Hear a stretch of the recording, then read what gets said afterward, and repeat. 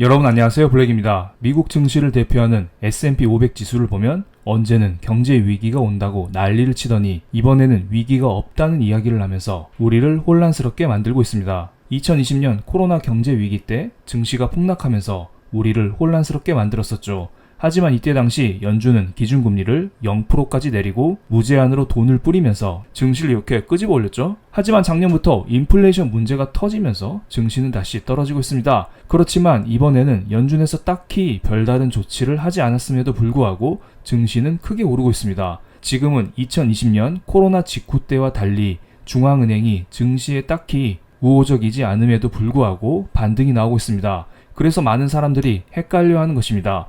유동성 축소가 나오는 상황에서의 반등은 한계가 있다. 이것은 일시적 반등이다. 수익 줄 때 나오자. 그래서 제가 이번에는 대세 상승이냐 위기 임박이냐 이것에 대한 이야기를 드려보겠습니다. 그런데 정확히 말씀드리면 위기 임박이라기보다는 약한 침체라는 표현을 쓰는 게 더 정확하겠죠.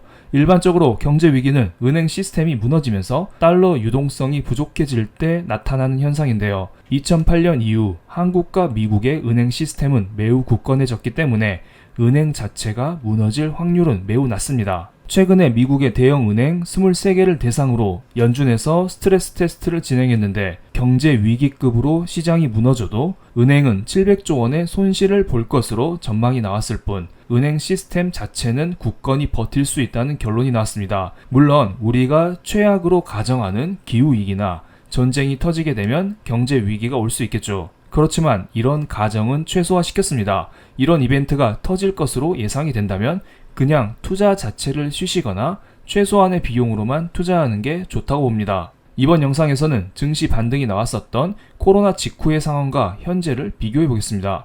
물론 지금은 연준에서 돈줄을 줄이고 있기 때문에 코로나 직후보다는 증시의 상승 각도가 낮은 것을 알 수가 있죠. 하지만 유동성 이외의 다른 측면의 경제 지표를 비교해 보면서 지금의 반등이 합당한지 그게 아니면 다시 하락할지 이런 것들을 확인하는 시간을 가지겠습니다. 대표적인 경제 지표로서 제조업의 상황을 알 수 있는 제조업 PMI와 내수의 상황을 알 수 있는 서비스업 PMI를 체크해 보겠습니다. 코로나 직후 상황을 빨간색으로 표기했고요. 현재의 상황을 검은색으로 표기했습니다. 코로나 때에는 제조업 지수와 서비스업 지수의 반등이 다 같이 나왔었죠. 그래서 증시도 다 함께 손잡고 올랐던 것인데요. 그렇지만 최근 상황을 보시면요.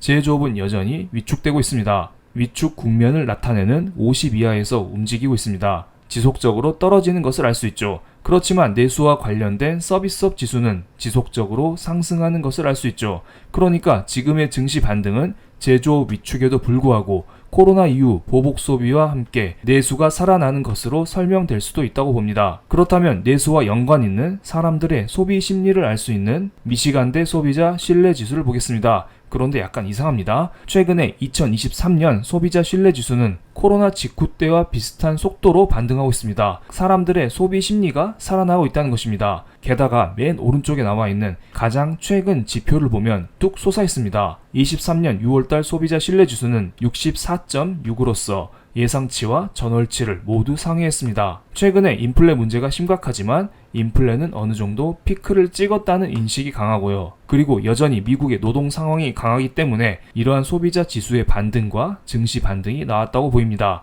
그렇지만 여전히 경제 상황 자체는 좋지 않습니다.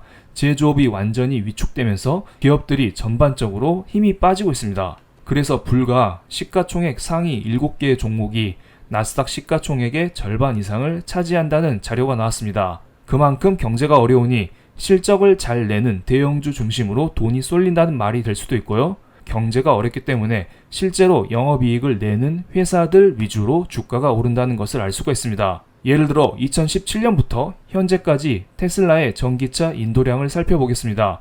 매년 폭발적으로 인도량이 늘어나는 게 보이시죠? 이제 판매가 둔화될 법도 한데요. 최근에 발표된 23년 2분기 인도량은 예상치와 전분기 수치를 모두 상회하면서 우리를 깜짝 놀라게 했습니다. 그리고 초록색으로 표기된 게 1분기 때 차량 인도량, 주황색으로 표기된 게 2분기 때 차량 인도량인데요. 최근에 6개월 동안 인도량이 2022년에 1, 2, 3분기 9개월 동안 인도한 차량 대수와 똑같습니다. 전기차는 이제 포화되었다는 분들이 많은데 여전히 테슬라는 폭발적인 성장을 보여주고 있습니다. 이런 식으로 미국 기업들은 수치적으로 달라지는 회사들이 보입니다. 이것들이 주가에 녹아들면서 시가총액 상위 종목들 중심으로 주가 반등이 나오는 것입니다. 그렇지만 여전히 경제는 불안불안한 측면이 많습니다. 제조업 지수는 여전히 하향 추세를 그리면서 위축 국면인 50 이하를 꾸준히 유지하고 있습니다. 2023년 들어서 한 달을 제외하고는 대부분 50 아래에서 움직이고 있습니다. 그리고 가장 중요한 물가가 여전히 높습니다. 그렇기 때문에 연준은 기준금리를 높게 유지할 수밖에 없습니다. 그리고 이렇게 고금리를 유지하다가는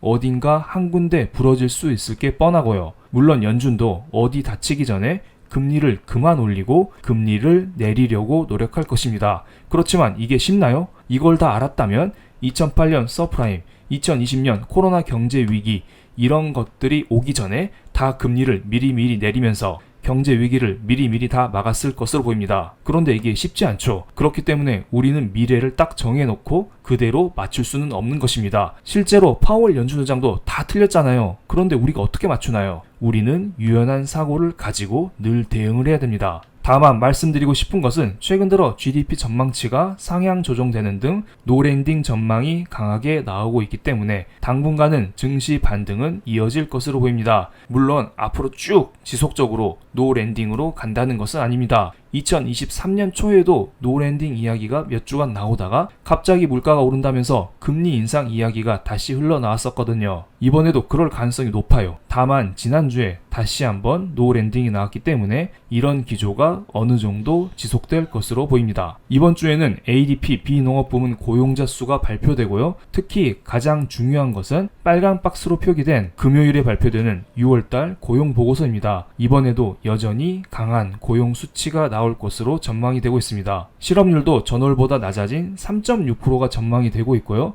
나쁘지 않습니다. 그리고 요즘에 인플레가 문제다 보니 시간당 임금 상승률 역시 중요한데요. 전월 대비 0.3% 증가한다고 전망이 되고 있죠. 여전히 굳건한 고용 상황이 전망이 되고 있습니다. 만약에 고용만 무난하게 넘어가면 노랜딩 내러티브가 조금 더 이어질 것으로 보이고요. 그 다음부터 미국도 금융 섹터 중심으로 실적 시즌으로 넘어갑니다. 실적이 문제시 될 수도 있겠지만 요즘 경제 지표들이 강하게 나오는 것을 감안하면 조금 더 노랜딩 내러티브는 이어질 가능성을 조금 더 열어두겠습니다. 물론 제 의견은 참고로만 봐주시면 감사드리겠습니다. 그럼 오늘 영상은 여기서 마치겠습니다. 제 영상이 마음에 드신다면 구독, 좋아요, 알림 설정까지 부탁드리겠습니다. 감사합니다.